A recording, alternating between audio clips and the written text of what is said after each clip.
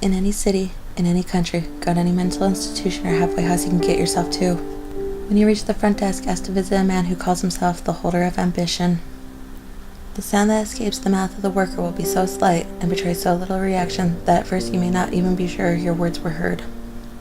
All doubt will be settled when they guide you toward a stairwell lit by many windows. At the end of these stairs, the worker will leave you to continue your journey alone. You will find yourself standing at the beginning of an eerily calm hallway. Walk to the end.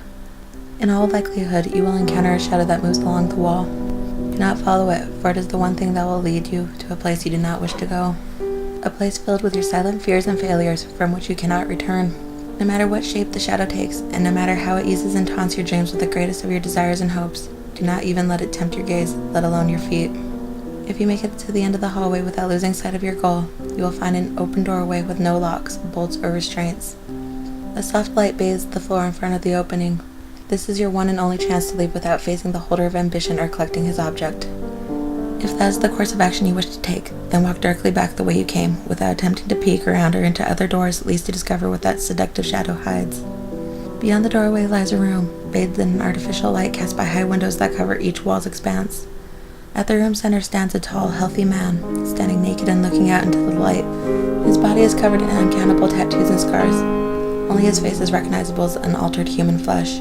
You might be tempted to look where he looks, in search of the object of his focus. Feel free, but you will see nothing and learn nothing. The man will not react to anything other than the question, what joins them together? When asked, he will turn to look you in the eyes. Meet his gaze, but know that if you are not prepared, if there is even the slightest doubt of your intentions, then you will lose yourself in his soulless eyes for an eternity. If, on the other hand, your gaze is an honest one, then he will begin to speak in a low voice. His tone will be a comical one, his tale told as if they meant nothing at all, but you must not miss a word, for the story is your preparation. Listen carefully to his tale, and remember every detail.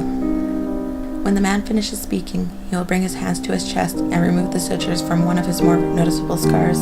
As the stitches come out, he will bleed profusely and fatally. When the last of his sutures have come out, he will offer them to you, uttering his final words through his ungurgling blood. Choosing to seek leads to an inevitable fate.